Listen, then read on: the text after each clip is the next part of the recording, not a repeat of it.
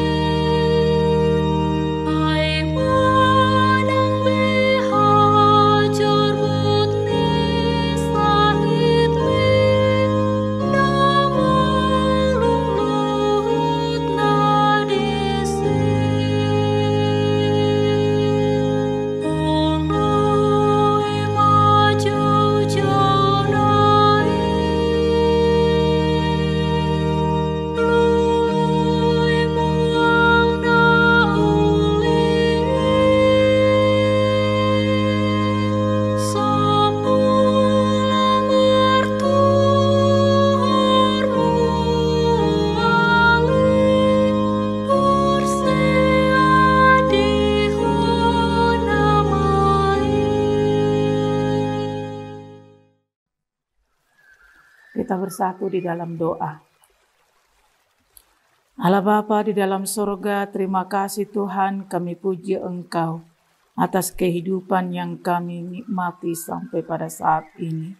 Dan pimpinan Tuhan yang kami andalkan untuk terus melangkah. Sepanjang hari ini kami mau berserah kepada Tuhan. Dan kami mau mendengarkan firman-Mu Tuhan sebagai bekal dari kehidupan kami. Kiranya firman-Mu ini bisa mengendalikan hidup kami. Dalam nama Tuhan Yesus kami berdoa dan mengucap syukur. Amin. Firman Tuhan yang menjadi renungan kita pada pagi hari ini diambil dari kitab Wahyu pasal 21 ayat 6. Begini dikatakan, firman-Nya lagi kepadaku, semuanya telah terjadi. Aku adalah Alfa dan Omega, yang awal dan yang akhir. Orang yang haus akan kuberi minum dengan cuma-cuma dari mata air kehidupan. Demikian dikatakan dalam nats tersebut. Saudara-saudara kekasih Tuhan Yesus Kristus, saat kita mendengar kata Allah adalah Alfa dan Omega, artinya awal dan akhir. Kira-kira apakah yang kita rasakan di dalam diri kita? Apakah yang kita pikirkan tentang ungkapan ini? Bisa saja keadaan kehidupan kita dalam sebuah pergumulan atau perjuangan berat, atau menghadapi berbagai hal. Dan bisa saja seseorang tidak mendapatkan hal yang pantas untuk dia dapatkan, tetapi belum lagi dia dapatkan sampai saat ini. Ada pernah mirip dengan kata-kata ini dikatakan dalam sebuah lagu pop, dikatakan begini, kau yang berjanji, kau yang mengakhiri, kau yang mulai, kau yang mengakhiri, kau yang berjanji, kau yang mengingkari, kau yang mulai, kau yang mengakhiri. Sepertinya kata-kata ini mirip bahwa Allah itu adalah awal dan akhir. Tapi apakah ada persamaan di antara kata ini? Tentunya tidak. Dalam arti sebuah lagu tadi itu menunjukkan ketidaksetiaan. Bahwa sesuatu yang dimulai oleh seseorang dan kemudian diakhiri tanpa sebab, itu menunjukkan sebuah kebohongan dan menunjukkan sebuah ketidaksetiaan. tidak menunjukkan hal yang terbaik. Artinya bahwa dalam hal itu dia bertindak sesuka hatinya. Dan akhirnya sebuah statement mengatakan, bukan saya, tetapi kamulah yang membuat semuanya itu terjadi. Dan hal ini tidak berlaku, tidak ada kesamaannya dengan apa yang kita katakan tadi saat kita mengatakan bahwa Allah adalah Alfa dan Omega. Ini adalah yang awal dan yang akhir. Dalam hal ini kita melihat bahwa sesuatu ditentukan oleh yang memulai dan mengakhiri. Artinya bahwa ketika Allah telah memulai kehidupan, maka akhir daripada kehidupan itu juga Allah yang menentukan. Jika seseorang merasakan kekecewaan pada suatu keadaan di mana dia tidak mendapatkan dari seseorang atau orang lain sesuatu yang pantas, tetapi dia tidak peroleh. Tetapi bagi Allah itu bukan sesuatu yang mustahil, karena Allah lah yang melihat sebuah proses dalam kehidupan setiap orang. Saat kita mendengar kata Alfa dan Omega, kita harus meyakini bahwa Allah melihat dari awal hingga akhir apa yang dilakukan oleh seseorang, apa yang dipergumulkan oleh seseorang, apa yang tidak pantas diperlakukan oleh seseorang kepadanya. Dan ini adalah sebuah kata atau sebuah pemikiran, sebuah janji bagi seseorang bahwa meskipun dia tidak mendapat keadilan di dalam kehidupannya oleh karena tindakan manusia, tetapi ada Allah yang begitu setia memperhatikan dari awal dan sampai akhir apa yang dikerjakannya. Kita pernah mendengar kata hasil tidak akan pernah mengkhianati usaha. Jika kita bisa meyakini hal sedemikian, kita tahu bahwa orang yang berusaha dengan keras, orang yang berjuang dengan keras, orang yang melakukan segala kebaikan, namun tidak mendapat respon yang sama dari orang lain, hal yang sedemikian Tuhan selalu memperhatikan. Jadi kalau seseorang yang mencari kebenaran dan mencari keadilan tapi tidak menemukannya di dalam kehidupan di tengah-tengah dunia ini, percayalah, tak ada yang mustahil bagi Allah. Maka firman Tuhan dalam kitab Matius pasal 6 ayat Matius 5 ayat 6 pernah dikatakan, berbahagialah orang yang lapar dan haus oleh karena kebenaran, karena mereka akan dipuaskan. Dan yang memuaskan itu adalah Allah. Mereka tidak akan pernah tidak memperoleh hal yang pantas daripada Allah.